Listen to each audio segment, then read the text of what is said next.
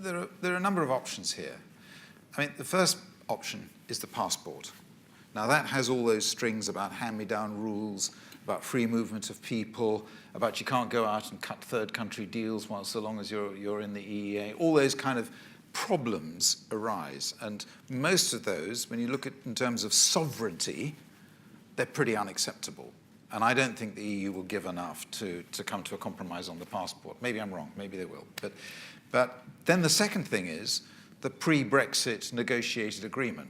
So I've used this phrase, which is fair access founded on proven equivalence, which is a logical thing, but this is a political dialogue, so logic really doesn't come into this very much.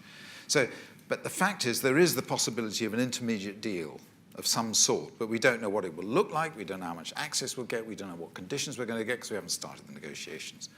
The third option is what you would call post-Brexit.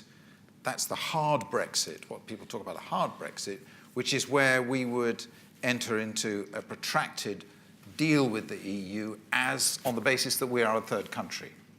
So you would get a fair amount of access, but that's going to be a deal that will take a while to do. And again, there's a lot of political stuff that goes into that dialogue. And then people fall back and say, well, there's always WTO. No, there isn't always WTO as far as financial services are concerned. There's big carve-outs there.